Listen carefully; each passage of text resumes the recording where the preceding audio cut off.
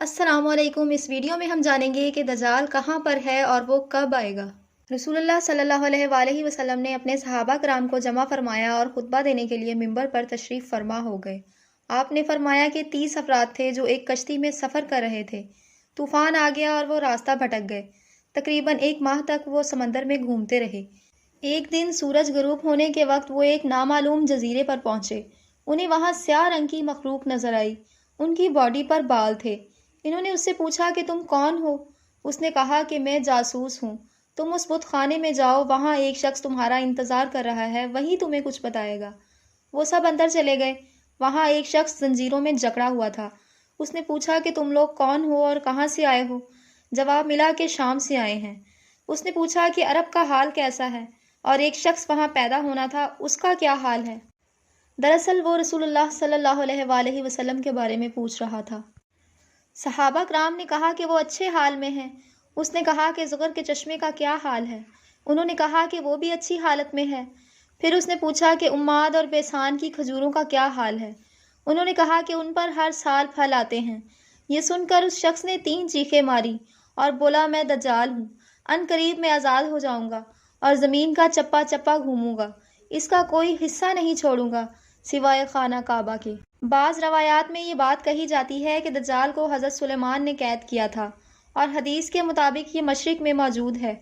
یہ سب سے بڑا فتنہ ہے۔ احادیث میں جو حلیہ بتایا گیا ہے اس کے مطابق دجال ایک جوان مرد ہوگا، لمبا قد اور موٹا جسم ہوگا، ایک آنکھ سے کانا ہوگا اور ایک کانی آنکھ ایسے ہوگی جیسے پھولا ہوا انگور۔ اس کی ایک آنکھ خون آلود ہے۔ اس کا سینہ چوڑا ہوگا اور ذرا سا اندر کی طرف دھسا ہوا ہوگا۔ اس کی پیشانی چوڑی ہوگی اور دونوں آنکھوں کے درمیان کاف فا را یعنی کافر لکھا ہوگا۔ اس کے نکلنے سے پہلے دنیا بہت بری حالت میں ہوگی۔ اس کے نکلنے سے 3 سال پہلے دنیا میں خشک سالی پھیل جائے گی۔ دین کے معاملے میں لوگوں میں کمزوری پیدا ہو چکی ہوگی۔ دیندار لوگوں کی قلت ہوگی۔ تب دجال مشرق کی طرف سے اصبہان یا خراسان نامی شہر سے نکلے گا اور زمین پر 40 دن رہے گا۔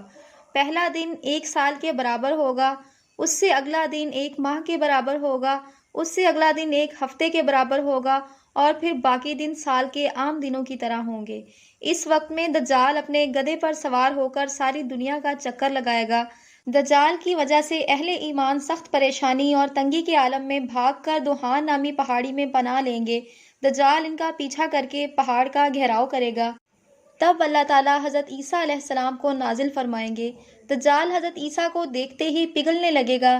آپ دجال کو مقام لط پر قتل کریں گے اور اس کے پیروکاروں میں سے کسی ایک کو بھی زندہ نہیں چھوڑیں گے۔